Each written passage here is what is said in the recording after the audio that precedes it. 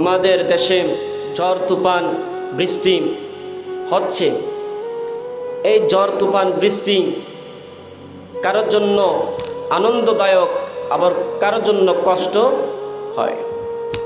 দেখেন, অনেক মানুষ বলে আল্লাহ বৃষ্টি দাও।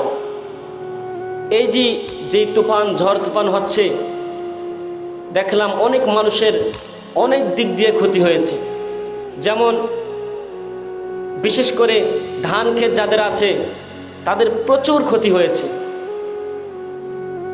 এখন এই বৃষ্টি পেয়ে কেউ খুশি, আবার কেউ দুঃখ প্রকাশ করে, কষ্টে আছে। এখন এই পৃথিবীর মধ্যে আপনি চাইলে চিরকাল সুখে থাকতে পারবেন না, আপনি চাইলে আবার চিরকাল দুঃখে থাকতে পারবেন না।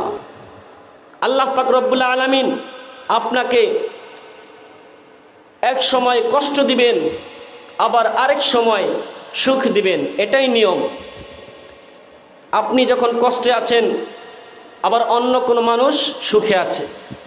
আবার আপনি যখন সুখে আছেন, তখন অন্য কোনো মানুষ কষ্টে আছে, এটাই নিয়ম। আপনি যখন আনন্দে ফুর্তি করছেন, ঠিক ওই সময়ে কোনো না কোনো মানুষ হসপিটালে শুয়ে কান্না করতেছেন, ঠিক না? ঠিক। তাহলে দেখেন আল্লাহ পাক রব্বুল আলামিনের কত খেলা। আমরা চাইলেই সেই খেলা আমরা বুঝতে পারবো? কি বলেন, বুঝতে পারবো? সম্ভব না। এজন্য আমরা শুকরিয়া আদায় করব, সব সময় আল্লাহ পাক রব্বুল আলামিনের দরবারে শুকরিয়া আদায় করব।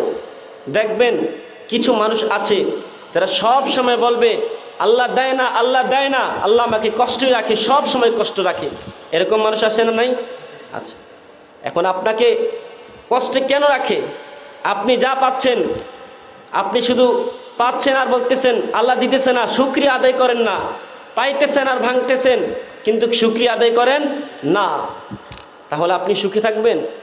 আপনি শুকরিয়া আদায় করেন না।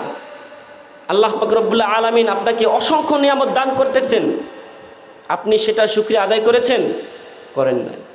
তাহলে আপনাকে সুখ থেকে দুঃখে যেতে হবে। যাই হোক, আল্লাহ পাক রব্বুল আলামিন আমাদের সকলকে সঠিক বুঝ দান করুক। সকলে বলি আমিন।